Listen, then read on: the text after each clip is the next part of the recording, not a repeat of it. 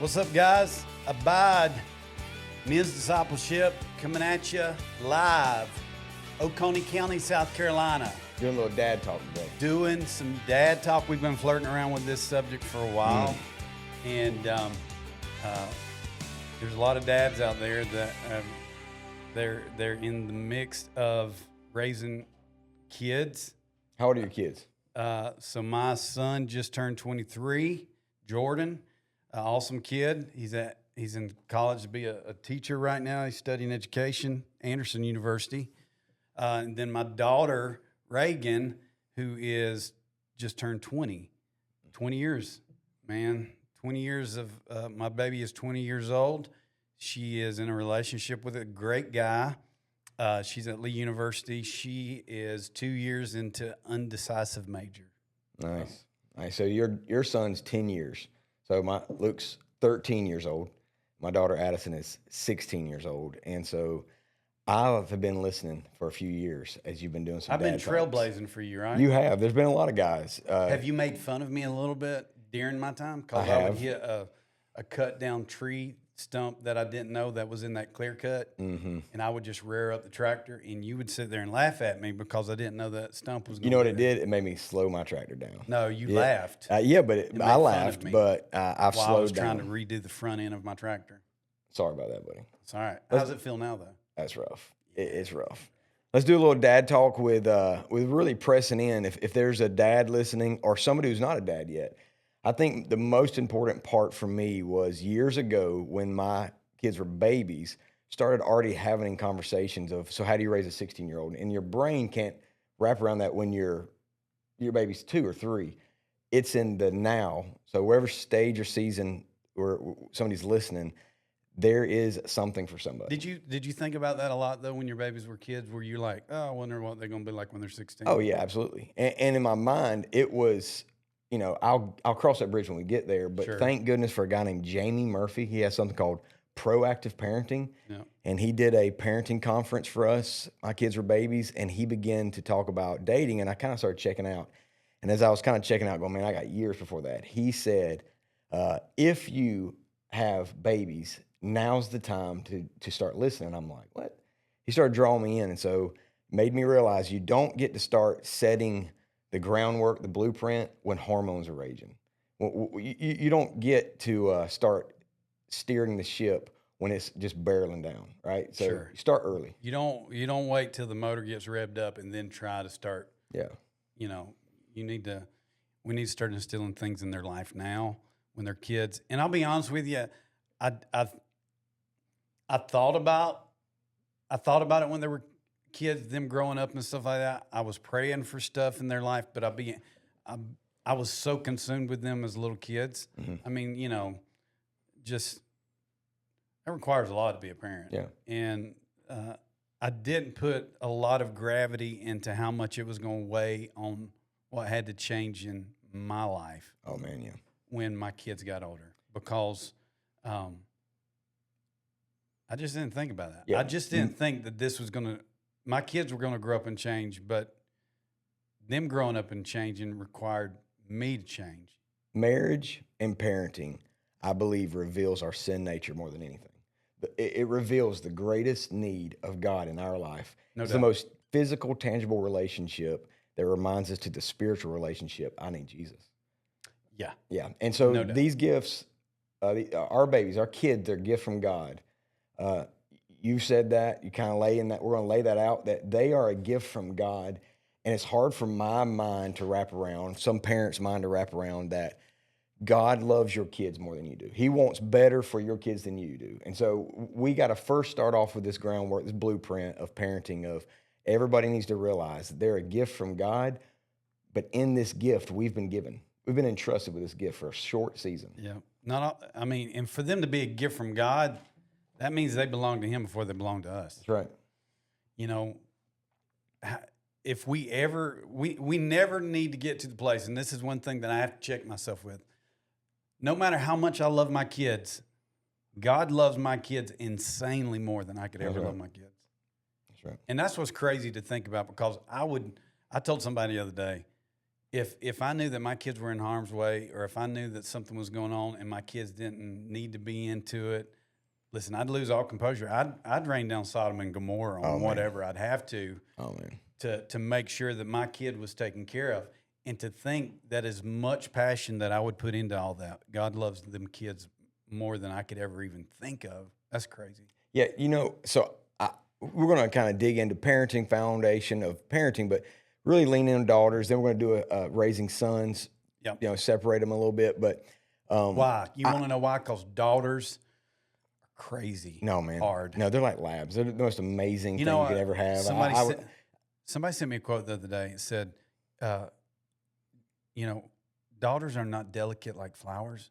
They should be treated delicate like a hand grenade. That's actually true. That's true. But so I didn't want a daughter. I'm gonna be honest. I didn't want a daughter. I had always said, "Oh Lord, please don't give me a daughter." Brooke finds out she's pregnant. We find out it's a little girl, and I freak out a little bit. But I will never forget the day that I held Addison in my hand for the first time. When I held my daughter, I realized I'll die for you, and I will call someone to die for you. Oh yeah. I will kill. God had transformed my life. Right? I love Lord. I'm in ministry. And there was this place that something raised up inside of me I didn't even know it was there as protector, provider. It's almost like animal instinct, isn't it? Dude, it brought me to a place that there's violence still left in me. Sure. And I will bring great harm, but I'll bring great protection. So we've been dealing with our roles as men. God has called us to be first the pastor, to be protector, and to be provider. Now we're not talking about churches. We're talking about our kids. Our home. Pastor our kids. 100%.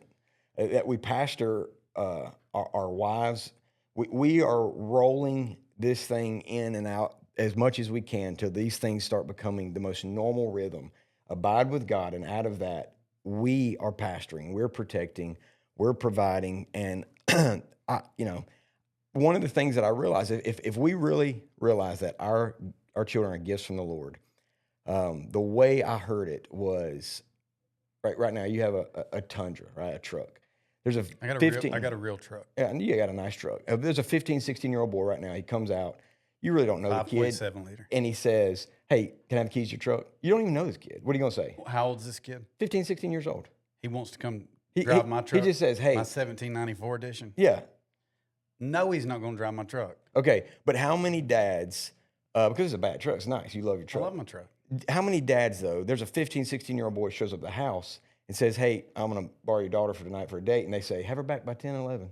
They just throw the keys. Yeah, because they've put a value on their truck over their daughter. And one of the greatest stories I heard, that this happened really in the low state of South Carolina. A guy's going to take a girl out, and the dad says, "Hey, I want to show you something first." And he takes him out to the garage and shows him this Camaro, I believe it was, that he was working on. And he just walks him through the whole thing. And he's like, "Man, this is an amazing car." He's like, "Yeah, I've put so much time and money into this thing. Hey, you want to take it out tonight?" And he goes, "Yeah, absolutely." And he goes, "Let me ask you some questions first. Now, you're not going to stop at like a drive-through or anything and eat and get something on this night. Like, you wouldn't mess up this thing, right?" No, sir. He's like, "Well, when you park it, you're not going to park it next to somebody so it gets dinged up. You see this nice paint job." And he pretty much says, "Do you really think I'm going to let you take this car out? You're a freaking idiot." He goes, "My daughter's worth more than this hunk of junk, this metal. And you think I'm just going to let you take her out? I need you to know the value of my daughter." Bro, I'm going to tell you right now, if we really believe that God has given us a gift, we better protect it. Absolutely. Because there are some snot-nosed boys that are coming to get our daughter. That we're raising. Bro, I'm telling you, there is some little Trey right now that's thinking about, I'm going to take, it happened last night. Lee's got more kids than I do. It happened last night, man. I went and got ice cream with my daughter. Let's talk about that. Last night, my daughter's driving, we're going to get ice cream. We're having a daddy-daughter day. We're hanging out. Daddy-daughter day. We're having it, and she stopped How for old are you? ice cream.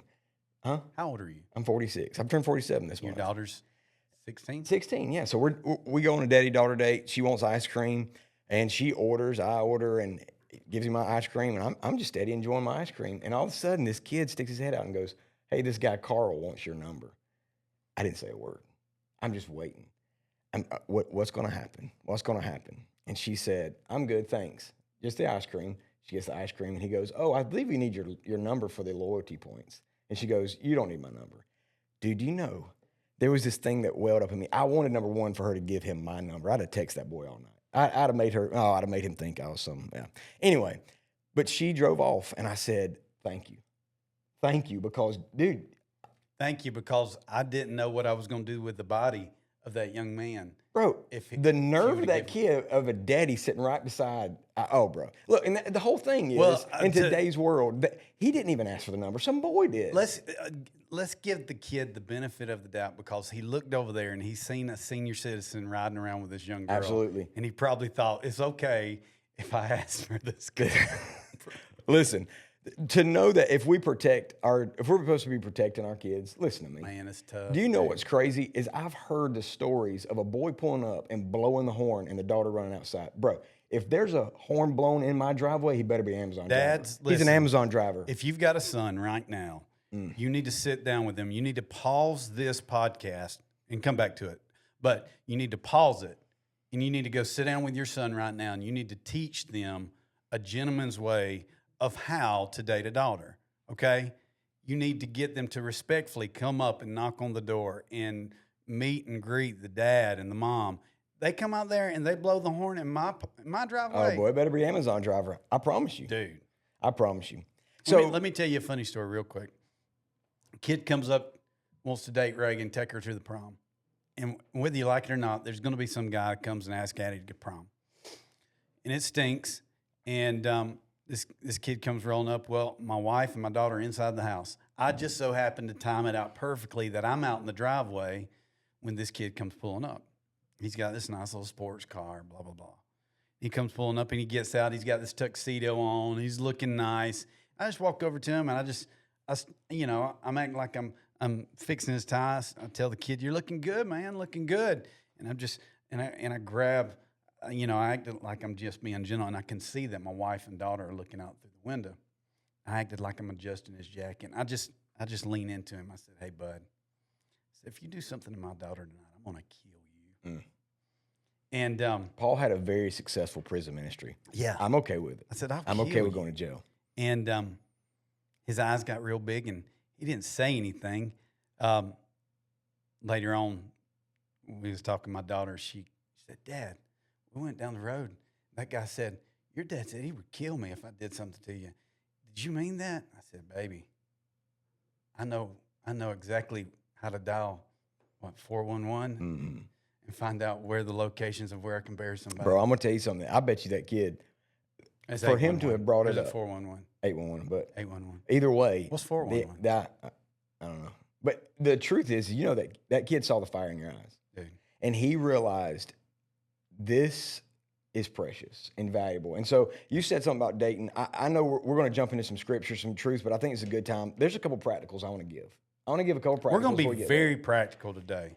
So I found out years ago that courting is so out of date. Courting, like I'm gonna be a part of the dating journey, but it was brought into my life of why are we not involved? If we're involved in so many decisions of our kids' life, why are we not involved in the dating process? And so I'm gonna give some practicals. This is what was taught to me. I've been able to lay it out. It may look different for some guys, but this is what was taught to me, and it's so far working really well. That early, while they're young, help them make some decisions, and when it went well, and they've come out on the other side, sit down, maybe take them out for ice cream, hang out, and go, "Hey, did that go well?" "Yeah."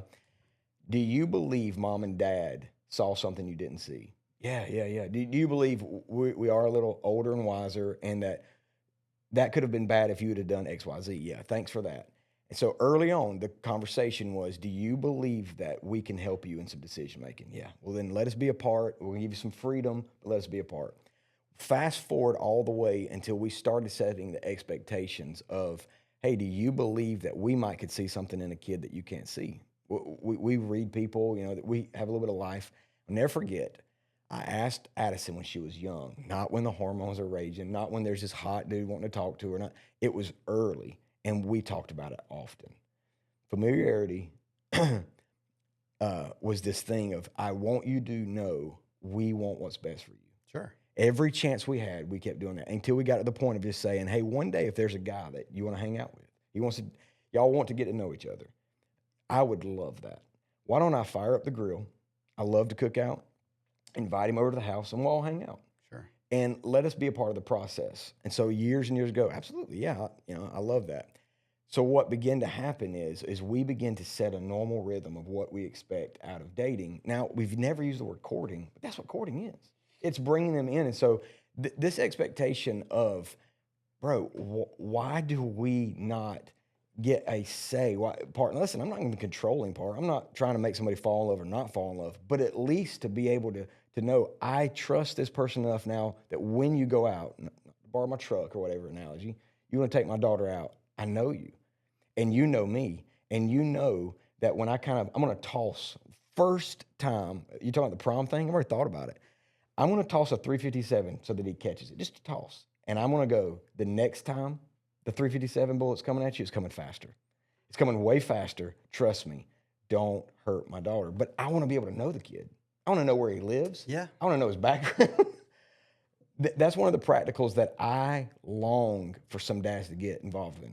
There's too many dads that somebody's showing up and to take the gift that God has given them on a date without letting them know these are our values. This is what I expect. This is where we are. Here's one thing I know. So, I mean, I've been praying for my kids all their life, but I've also been praying that, as they grow up, God, I remember specifically praying prayers when they were kids. I was like, God, if there's somebody out there for my kids that you're raising up. And I was praying for protection for them too. So I know that God's got somebody for my kids relationship-wise. But with that being said, I know the enemy has got a lot of alternatives and a lot of exit ramps. It's good for my kids as well. And it's important that you let your kids know that there are certain things in life that we're looking for. But here's one thing you need to know too. Dad, talk is cheap. Mm-hmm. You can tell your kids till you're blue in the face that this is who you need to be looking for. This is what you need to be doing. These are the people we don't want in our life. But I got news for you. Most girls are looking for a guy that looks like their dad, if dad's doing it right. Modeling it right, yeah. If dads are modeling it right, guess what? Your girl is looking for somebody like her daddy. Mm-hmm. And if you want your kid to look for somebody that is looking for her daddy that's doing it right, then that means daddy's got to be doing it right. That's right. We have got to know without a shout, without exception, that dads have to lead by example, Josh. A while back ago, I realized I watched a man speak to his wife in front of his children a certain way, and it made me realize you're giving that daughter an expectation is what acceptable for a man to speak to her. How I speak to my wife, my daughter's watching, that's acceptable or not acceptable. Not just your sons. To the point, my son the other day said something to his sister, and I made it very clear, no man, no one speaks to my daughter like that. I was giving an expectation to my daughter. This is the value that God's placed on your life, that I've placed on your life, and never drop the value. Yeah. Never. So have we failed at that? Oh, bro. A lot. That's why it comes back to parenting and marriage, I believe, are the two relationships that God gave us that reminds us we need Jesus. Don't think that we're just sitting behind this desk with our Bibles open trying to be cute, spouting out truth like we've never messed up. Come on, man. Dude, we have messed up. We have fallen short daily. Life is real and problems show up, and we're not patient. We're not, we spat off at the mouth before. We're not slow to speak. Mm-hmm. We speak quickly, and we get angry quickly. And that's why we're doing this. Yeah, this is why we're doing it. And we're trying to help somebody. We're trying to help ourselves. What we're really trying to do, and just hope that you jump on board. I've told my kids 100 times. I've told my daughter, I'm sorry, you're the first little girl I've ever raised. Absolutely. I've told my son, I'm sorry, bud, you're the first son I've ever raised. So I have failed a lot. But that's the rhythm of, we teach our kids a lot of things, but I still need Jesus. Watch this. The humility of knowing that you failed a lot can also be flipped for the urgency of knowing, she's the first one you've ever raised, but she's going to be the only Addie you ever raised. That's Too. exactly right. So there's got to be a sense of urgency. That's exactly I've even though I'm messed up, even though, you know, God looks at me and is like, let's just see how this works out with Trey. Yeah. You know, he's God. I know God loves me, but I know beyond a shadow of a doubt that I've messed up. But at the same time, I'm not going to stop trying to be better, because I've only got one Reagan, I've only got one Jordan, and they're growing up quick, man. And I've got to do what I got to do to do the best, to be the best example that I can be for my son, for his mom. The other day, me and him was talking, and I know where he got it from. You know, he was, you know, my wife's from 6 Miles, South Carolina. You know, it is what it is. I love my wife. My wife's awesome. But me and her don't always agree, right? And do you and your wife always agree? I kind of feel like I'm walking out on a limb solving it by Come on, bro. myself. I got you. Come on. What about you and Brooke? You and Brooke always see eye to eye? Bro, absolutely not. Okay. Absolutely not. So I The don't only always difference see eye to is eye. she's from 96, not 6 Miles. 6 Miles different. Something about the 6. Yeah. That's not God's number. That's what it is. We didn't pray. But, you know, we don't always see eye to eye. And there's one of my struggles as, you know, being patient and stuff like that. So our conversations aren't always, Yeah. we don't speak monotone sometimes. Yeah. You know? And I found my son one day talking to his mom, and I was like, dude, that's me. It sounds way worse when you hear it from your kid, don't it? That's me. And I remember when she left the room, I said, Bud, I said, and I had to let the Holy Spirit check me, because I knew I was preaching to myself. I said, Bud, I said, that's your mom. That's my wife. We got to do better than that. That's right. And What you know, we make normal, what we make acceptable, they're going to just walk right behind. dude, it's so hard too, man. So Psalm 127, you have a scripture you're going to read to start bringing in the truth of what God's given us. Read that, and then it's going to point us in the right direction of some of the truths, foundations, and doctrines we're hoping to give. So jump into that. So we talked about earlier, you know, kids belong to God before they belong to us. He's a gift. These kids are a gift. You know, I said it sometimes. Sometimes you like to exchange gifts, but you can't exchange these gifts. Children are a gift from the Lord. Yeah. They are a reward from Him. Children born to a young man are like arrows in a warrior's hand. How joyful is the man whose quiver is full of them. That's good. He goes on to say he will not put to shame when he confronts his accusers at the city gates. But, you know, there's something, you know, we love to deer hunt. I got my bow back here. We love to archery hunt. So this is speaking our language. This is practical for us. It says they're like arrows in a warrior's hand. An arrow in a warrior's hand is great, but Josh, the arrow was not made. The purpose of the arrow was not made to stay in the warrior's hand. No, and listen, we can't go by that word warrior of what he's been calling us to. It's not an arrow in the hand of a passive man. Yeah. It's not that arrow in the hand of somebody who's just, well, it'll work out. It'll figure it. No, a warrior has a game plan. A warrior has this fury to fight. There is this burning inside of him. That word warrior, we can't run by it and just jump into it without understanding and knowing. We've been saying this for a while. Passivity kills. And there are so many men that are passive in parenting. Be a warrior in a garden, not a gardener in a war. Know how to fight, guys. There's this place that he put in the hand of a warrior, this quiver. The arrows are the children. And so you're pushing on all of the buttons. That this is what this is about. So as archers, let me ask you this. It is what it is. These are awesome deer. Yeah. Both these deer were taken with archery. Mm-hmm. In order for these deer to be harvested, when these deer come out, where we're like, God, this arrow is just so pretty. Yeah. This arrow is so nice. I just don't know if I can let this arrow fly. In order for us to harvest these animals, we had to be willing to release the arrow. Yeah. And the arrow did the thing that we couldn't do. there was no way that we could reach these animals where we were. Yeah. But the arrow that we allowed to fly Went to the future. took where we care and rewarded us for, it's a benefit for us too. But So one of the models that I think some guys are going to need to see is, yes, he says that children are like arrows in a quiver, Yep. meaning that we're the bow. They're without the bow, the arrow has no it's purpose. just an arrow. It's just an arrow, and it can only go so far as you throw it. Right? It's not a spear.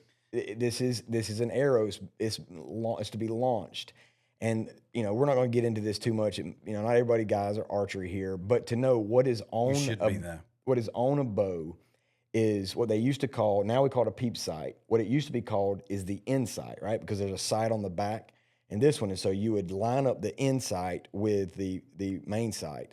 That peep sight, that insight, meaning that we have insight, we have vision. Mm-hmm. And if we are not lining these things up, the danger of hoping that arrow lands somewhere without having the insight and the vision of where it needs to go. Are you saying you should be aiming your kids in a direction? Oh, come on, man.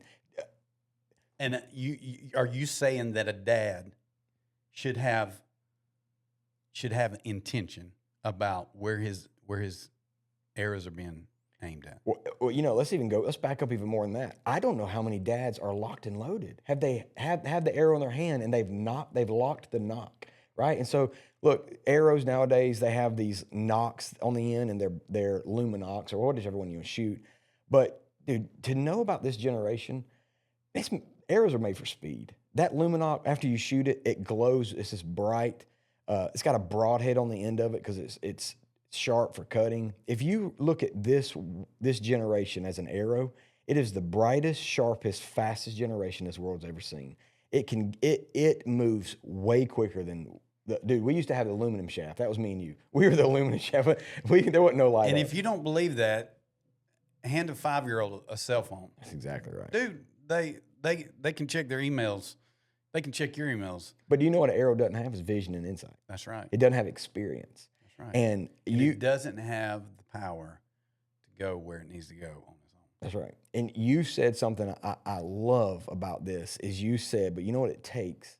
It takes when each one of those deer came Now this in, is where it's going to hurt. It takes, we both had to begin to apply a little pressure and start. And that pressure, the more you're in it, the more pressure all the way into. Who's doing all the work here? We are. And so we know where it wants it to go. At this point, is the kid doing any work? It's just sitting in the rest. It's called the arrow rest. And all the effort right now is being put on the guy who's pulling the bow back. And there should be pressure on the shot, pressure of this is a season. Each one, we knew these deer were here. We knew how to kill them, what we needed to do. And there was this season, this moment of, I need to make this shot count. There is this pressure in the season, and I just want to say something. Every season is valuable for a kid. It was easy for me. Where I failed is when they were little, I was like, they don't need me. They're little. Mama's got this. Wrong. If I could do anything, I would go back in the first 6-7 years, I would have been way more intentional.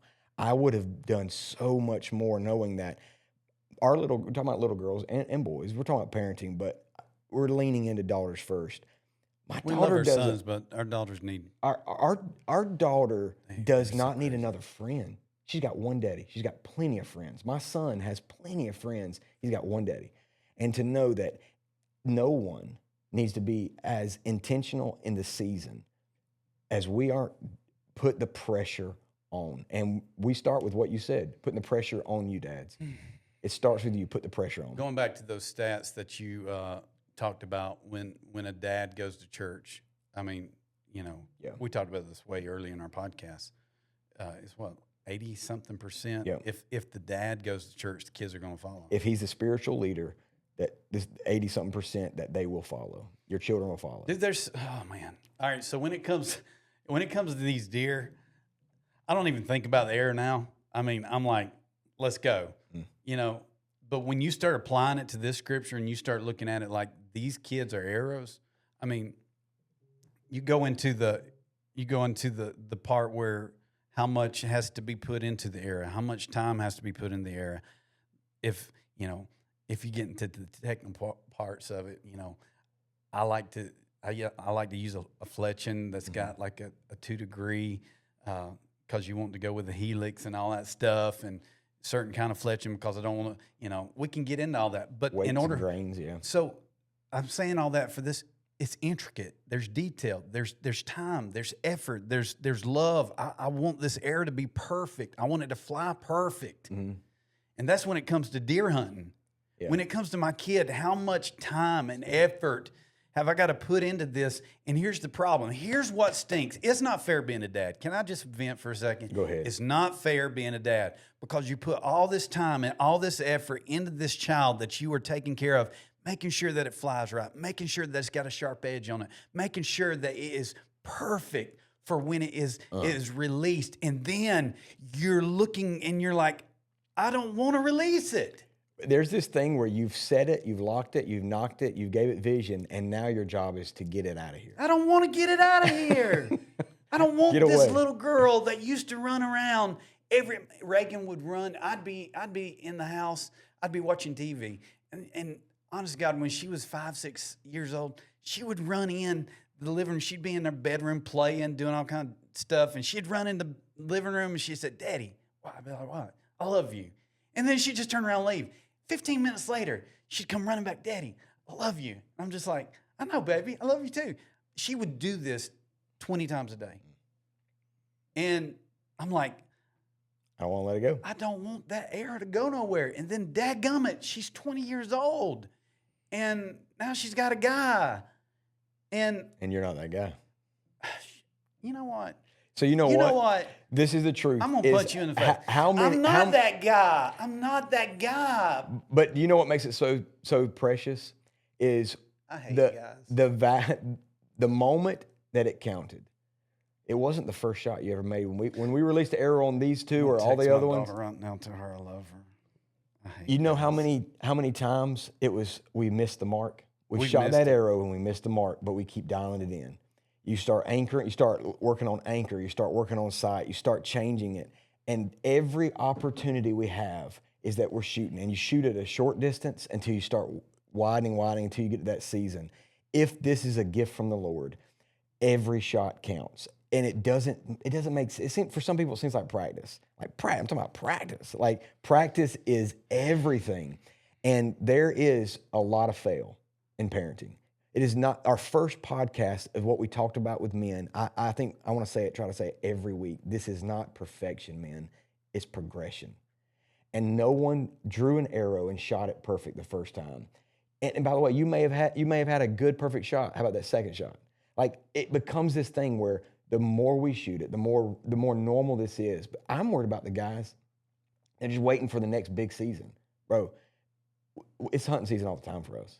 Like, Yeah, we you realize, don't pick up your bow the day before you go on a hunt for these No, kind of come deer, and you're not familiar with your bow. and you don't I know just set every your- inch of my bow. I know if it's shooting 2 inches high, 2 inches low. I know what good. poundage it is. I know how heavy my arrow is. I know everything about that bow. It's good. I know everything about that bow because I spend intimate time with that bow. Intimate sounds weird, but I mean, I know this bow. Yeah.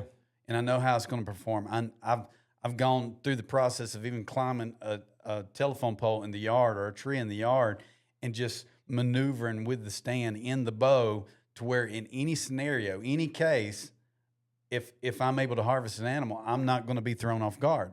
Mm-hmm. And so I'm familiar with that bow. And I've got to be the same way when it comes to my kids. I've got to put so much effort and time in my kids. But there again, Josh, and it is what it is. I'm gonna talk about this for me because Do it. you're not there yet. I'm listening. Your ship sees the shoreline, but it's not hit the beach yet. And there is nothing harder. Now, oh man, this is so good. My release on my bow will hold back so much weight, Yeah. but it's a hair trigger. Mm. I'm talking about the least amount of pressure, Mm. and it's gone. I can put so much weight on it, and I keep my finger behind the trigger. I keep it behind it until I'm ready to shoot, until I know that the target's lined up, and then I just barely touch it. When I barely touch it, it's gone. It's so fragile. This thing is so fragile with your kids. You don't get that back, do you? No. Once you touch it, man, it's gone. Yep. And here's the deal. Everything's fine, and we're on the boat, and we're excited, and we're living life, and we're looking at the scenery, and we're looking at everything, and oh, look, life. And then all of a sudden, you hear the front of that boat pull up on the sand shores, and your kid gets off. I want to tell you something. There's nothing harder than to see your arrow fly away. And if nobody was telling me about this before, I knew it was coming, Josh. I knew that my kids were going to leave. I knew, my son's still at home right now. I'm thankful for that. Me and him are like best friends. But I'll never forget. I just kept putting it off. I just kept putting it off, but my daughter was going to school. She's 3.5 hours away. I just kept putting it off. I knew it was coming, knew it was coming. You don't want to go shoot that. You don't want to shoot that arrow. Yeah. I don't know. Yeah. I don't know what I was thinking. I just didn't want to think about it. And then I'll never forget, 3 days before we had to leave to take her to school, I was laying in my bed, dude. I was getting ready to go to bed. And it was like a freaking tsunami hit me. And I'll never forget, it was just an uncontrollable thing that just, I couldn't fight it off. It was just like something started just covering me like a blanket. And it was like, there was nothing I could do. My grasp on my kid was being released, and I couldn't do anything about it. She was going, man. Yeah. And I wept. I couldn't help it. I didn't want anybody to hear me crying. I put another pillow over my face, and I was just like stupid, ugly cry. And it was just, I was like, get a hold of yourself, you big dummy. Andrea would have walked in, she'd be like, oh, my Lord, he's smothering himself. He's killing himself. My wife would have been like, something's going on here. I don't know how to explain, and you can't fight it off either. But every dad's going to probably come to that place, and here's what I want. You're coming to that place. Yeah, and I'm listening to it. And you know what makes me say, in that moment, I don't want to have any regrets. No. I want to know that I was a part of every season. There's a couple practicals I want to give before we keep going. We've talked about the 3 Ps of pastoring, protector, provider. I'm really going to get in protector and provider. When we say pastoring, I want everybody to understand, we're just not talking about credentialed pastors. We're talking about if you're a dad. It's not occupation. Yeah, this is not occupation. This is a position. This is called as a father. You are a pastor. We've been called. We are a royal priesthood. You're called as a child of God. You are a pastor over your family. Yeah. So that I really want to lean into raising sons. I want to lean into protector, provider, but there's something that I've added in the last couple months, us having some conversations, is 2 other Ps, and it's patience and purity. And what you're talking about right now is something that, I've had the conversations with other guys that are before me, and they go, oh man, I promise you, you're going to get to the spot when that arrow is released. You don't want to have regrets. You want to, in that moment, give everything that you were part of every season. So this patient part, you've been talking about, man, she's going to college. My daughter was 14 when your daughter was going to college, and you were going, it's coming. And I appreciate you saying whatever, that. dude. No. I'm loser. I appreciate you saying that, because do you know what I understand and know is that it hit me so fast. I began to watch. I watched how you were like, man, she doesn't know what to do. She's changed her major twice. How many times did she change her major? 17. Okay. Nah, I'm serious. I don't know, 3 maybe. Okay, and you know what it made me realize is you On were top saying of that she changed her major 3 times, by the way. She's going to a 4-year school, and then she looks at me. She's like, I think I just want to be an X-ray technician, which she could have gotten a degree in 2 years for free at a technical school. Yeah, let's not even talk about that let's right now. not. All right, but the whole idea and the thought of I was listening. Love being a dad. I promise you I was listening. And what I kept hearing as a 14, 15-year-old, now a 16-year-old, 10th, 11th grade, saying, what do you want to do when you grow up? What do you want to do when you grow up? And I remember the pressure my daughter was feeling. And I was watching, Reagan's in school. And there's a lot of people don't know. And so it made me realize in that moment, Addison, be patient. because you sitting in a class right now that you have to ask permission to pee. And they're asking you, like, can I go to the bathroom? And they're going, but you better figure out what you're gonna do with your life. You don't even have freedom to go do what you want. What are you talking about? I remember taking the weight off of her because of you having the conversation of that. And so I began to I'm listen. glad I could be an example. Dude, I mean, Yeah. that's what iron sharpens iron. And it made me realize, hey, be patient, babe. You don't have to do this right now. You don't have to have an answer right now. But in that very patient, I began to realize in my own life, I started talking to my wife. Yep. You know what the 20s are? The 20s are trying to, like, not 16, 17, 18. We put so much pressure. Be patient. How many years are we just trying to survive in the 20s? There's majority of kids and young adults don't step into their great role and calling that God has. And they're even in their 20s. Those things develop 10 years later. In your 30s, you start going, I'm starting to see enough in life that I know where I want to go, that I was able to go, hey, be patient right now. And so in the patience, I want to be really patient with what God has for my daughter. And so I'm realizing I want you to just let God begin to do a work in this season of your life. Don't try to race ahead of God. You're trying to figure out your plan and your purpose. Be patient. And you know what it made me realize in my own life? Dude, I'm trying to teach patience to my daughter. And you're not patient. Oh, bro. You're not patient. I'm impatiently expecting patience out of my children.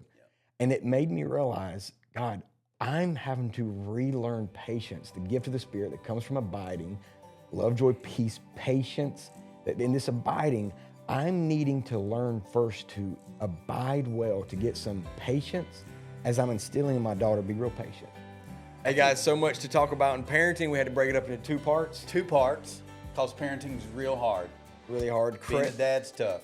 Trey may have cried, so stick around for part 2 of parenting. 2 coming at you.